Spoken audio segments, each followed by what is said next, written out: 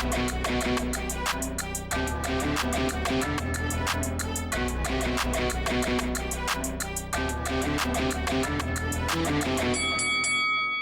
guys, welcome to Boxing Squared for boxing news and views from around the internet.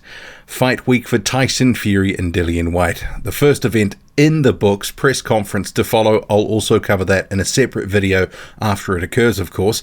But this first event, the open workouts, a couple of interesting things coming out of it. One, the shape of Tyson Fury, and we'll talk about that in this video. And two, Dillian Whyte, a no-show. And I guess I'll start with that first, because does it matter?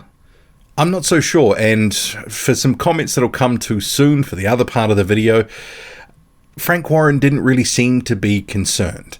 And I think this doesn't really matter in the scheme of things. The pay-per-view event doesn't hinge on Dillian Whyte turning up to an open workout, which traditionally, not all fighters go to those, but it is also a bit of a filler event in fight week for bigger cards. It's at the start, doesn't really mean too much. We saw Tyson Fury go about 4 rounds with Sugar Hill on the pads, etc., other undercard fighters. But maybe the thing that we can read from it is that Dillian Whyte is looking to keep certain things close to his chest, because I think Dillian Whyte has obviously put a lot of effort in camp. He's looking to come in shape for this fight, and this is the biggest fight of his career. I do think that there's a few mental games here at play. He doesn't want to reveal his hand or part of his hand too soon to Tyson Fury, because I'm sure when the main press conference and events during the week, he's going to be clothed. Generally, the open workout, well, you're going to be in workout gear, or as Tyson Fury, you can see here, he was topless. And Dillian Whyte probably wanting to potentially conceal some of the shape that he's in, keep Tyson Fury guessing at least for a little bit longer. And maybe it's that whole don't turn up to events, don't engage with Fury, or engage with him as little as possible. That seems to be the strategy, or has been at least until this point, and not wanting potentially to reveal what sort of shape that he's in, because sometimes that can reveal a lot. And I guess that's where we'll come to Tyson Fury, because he looks in pretty decent shape for Tyson Fury.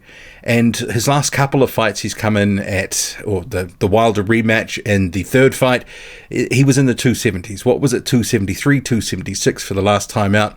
Had said in the build-up to this one, I'm going to come in 300 pounds. But I think with Fury, sometimes it's hard to take him at face value, and especially that statement of 300 pounds, because he doesn't look like he's in 300-pound condition. And I think one of the things from looking at him is, I think he's looking a little less bulky upstairs.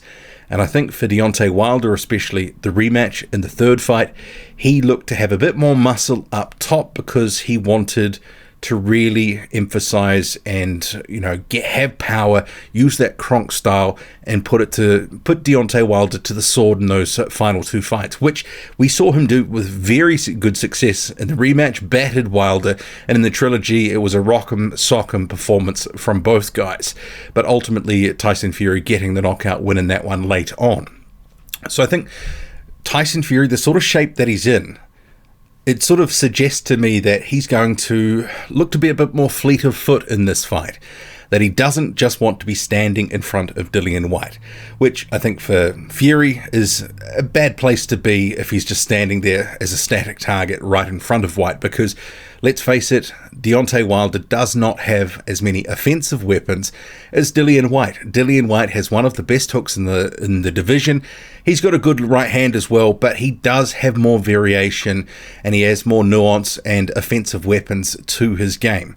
So I think Tyson Fury and Sugar Hill Stewart devising a game plan to counteract that. And I would suggest we're going to see a little bit more boxing and moving. And who knows, maybe we will also see Tyson Fury, and this is one of the things in recent years that people expected against Wilder, but we didn't really see, is turning southpaw for stretches in a fight. Certainly he has the ability to do that. Will we see it? Well, that's another matter. But I do think that there is going to be a bit more box and move about Tyson Fury in this fight. And I'm not saying that he's not going to hold his feet and stand and trade at times, because he probably will. But Dillian Whyte, when he's fresh, he is going to be dangerous, and Tyson Fury probably wants to use those height and reach advantages, make the most of that. I don't think we're going to necessarily just see Tyson Fury coming forward, letting his hands go, trying to knock Dillian Whyte out, because obviously that does present some opportunities for Dillian Whyte to exploit. So I do think Tyson Fury, with the shape that he's in, suggests he will be a bit more fleet of foot, box and move. And I had already thought this after I heard that he's had a nutritionist in his camp for, 4 or 5 months now.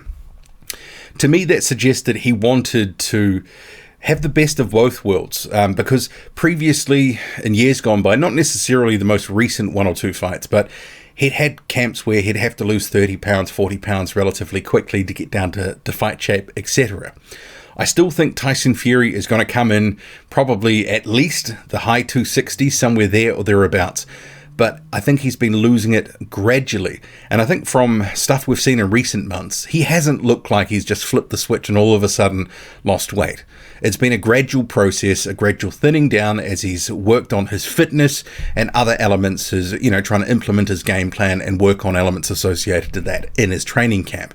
So I think Fury and his team have really thought long and hard about what they're going to do, and his shape suggests he is going to be looking to utilize that height and reach, move a bit more than perhaps the last couple of fights of the Deontay Wilder trilogy. So Fury will go through the quotes here, said at the open workout, "My promise is you are going to get an excellent fight. Dillian is bringing his A game and he's going to fight the best Tyson Fury. We're going to give fans a real treat because you've got 2 top heavyweights in the world who are going to smash each other to bits for the entertainment of paying customers. Do not miss this one. This is going to be a lot of fireworks and a lot of bombs getting slinged. I wonder who is going to get knocked out first. It ain't gonna be me, I tell you that." And then Frank Warren, promoter of Tyson Fury, saying, "There is a buzz about everything and we're ready to go. We've got a European record crowd coming and I'm delighted it is for Tyson because he deserves it. He's never defended his world title in the UK and the fans are coming out for him. It shows the love they have got." And of the press conference where he expects Whyte to be, Warren says it's going to be the usual sort of thing. "I'm sure Dillian will throw some insults as normally happens and Tyson will just bat it off. It'll be what it is going to be, but the most important thing is what happens when we step into the ring. That is what counts." When they're looking at each other's eyes tomorrow, they'll look into each other's souls, and Tyson is a very, very confident person. Dillian is as well, and very brave. I had a brief conversation with Dillian about a week ago, and we're all back on track and ready to go. Tyson seems very at ease and very relaxed. He obviously knows the task he has got in front of him, and he said to me this is the best he has ever felt, which means we will get something very special on Saturday night. What do you make of it all? Drop a comment, loud and often. Hit like, hit subscribe, follow me on Twitter, boxing_squared. I'm out.